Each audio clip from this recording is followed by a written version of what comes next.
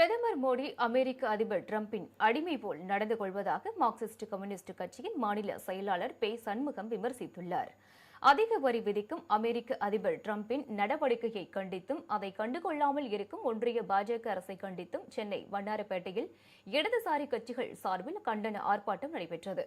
இதில் 300க்கும் மேற்பட்டோர் கலந்து கொண்டு டிரம்ப் மற்றும் ஒன்றிய பாஜக அரசுக்கு எதிராக கண்டன முழக்கங்களை எழுப்பினர்.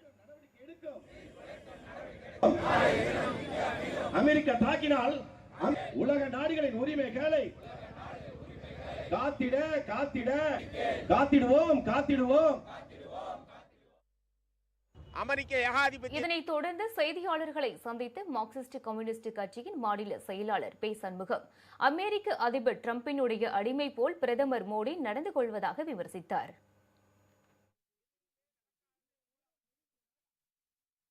அமெரிக்க ஏகாதிபத்தியத்திற்கு எதிராக உலகம் முழுவதும் பெரும் போராட்டங்கள் நடைபெற்றுக் கொண்டிருக்கிறது.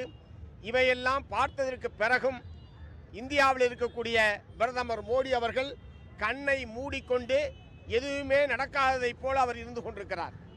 கிட்டத்தட்ட அமெரிக்க அதிபர் டிரம்பினுடைய ஒரு அடிமையாக பிரதமர் மோடி செயல்பட்டுக் கொண்டிருக்கிறார் என்று நாங்கள்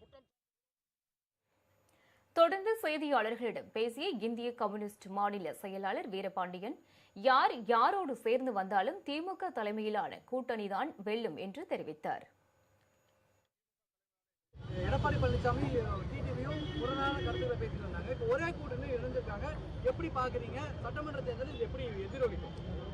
யாரோடு கூடினாலும் சரி, யாரோடு சேர்ந்து வந்தாலும் சரி, திமுக தலைமையிலான எங்கள் கூட்டணி வெல்லும், தமிழ்நாடு வெல்லும். We are stand with Chief Minister. We are stand with Tamil Nadu.